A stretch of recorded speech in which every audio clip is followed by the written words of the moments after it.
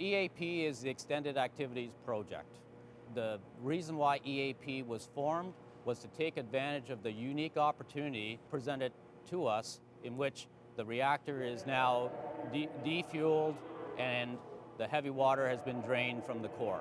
Under normal circumstances, NRU operates for 4 weeks and takes a 5-day outage. Because of this extended outage, it has given us the opportunity to access systems, to get into areas where we normally wouldn't be able to get to. Because the reactor is now defueled, we can now open the systems in a much safer manner, and it has allowed us to go into areas and systems that normally on a 5-day outage would not be available to us. Obviously, the outage was an unplanned outage, so a team was quickly formed together to help us pull everything together.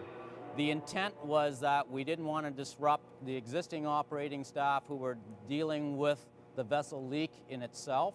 And I think the recognition is that the importance of returning the isotope supply and the importance of how it affects not just the local area, but the world as a whole is critical, and the team recognizes the need to be effective and efficient in getting our work done. It's a challenge, it's a difficult thing to do. All three, the vessel repair, the return to service, and the EAP teams have meshed, and we are aware of each other's activities, and we support each other as appropriate. We have to have good communication, which allows us to execute and still get all our jobs done in a timely manner and an efficient manner. So the focus of EAP has mainly been on the heavy water systems, the process water system, and the fuel rod flask. So essentially with the heavy water system, which basically is cooling the fuel in the core, the fact that it's now drained, we can now go ahead and open up the system. There's minimal radiological problems. The process water system, which takes away the heat from the reactor, we were able to go in and replace a number of main isolation valves, which would then in the future allow us to do other activities.